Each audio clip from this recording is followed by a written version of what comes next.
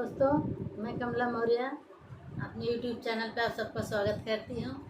और आप लोग कैसे हैं? आशा करती हूँ आप लोग अच्छे ही होंगे, जहाँ रहें मस्त रहें। और आप लोग मेरे वीडियो को सपोर्ट करें, फुल वॉच करके वीडियो देखें और शेयर ज़्यादा से ज़्यादा लोग को शेयर करें। और कैसा लगा वीडियो आप लोग कमेंट में ज़रूर बताना। मैं आज आप लोग के लिए एक भोले बाबा का भजन लेके आई हूँ। कैसा लगा आप लोग जरूर बताना। चला हो सखी देखी आई काशी नगरिया, चला हो सखी देखी आई काशी नगरिया, चला हो सखी देखी आई। बोल बमे बोलते जाले कंवरिया, बोल बमे बोल जाले कंवरिया।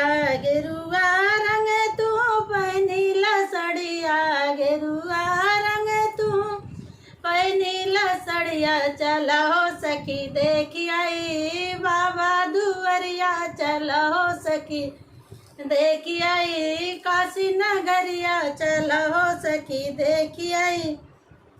लेला रुपया बाल में जिसे मांग के, लेला रुपया बाल में जिसे मांग। का करबू इतना तिजोरिया में रख के, का करबू इतना तिजोरिया में रख के। चला हो सखी देखी आई काशी नगरिया, चला हो सखी देखी आई बाबा दुवरिया, चला हो सखी देखी आई।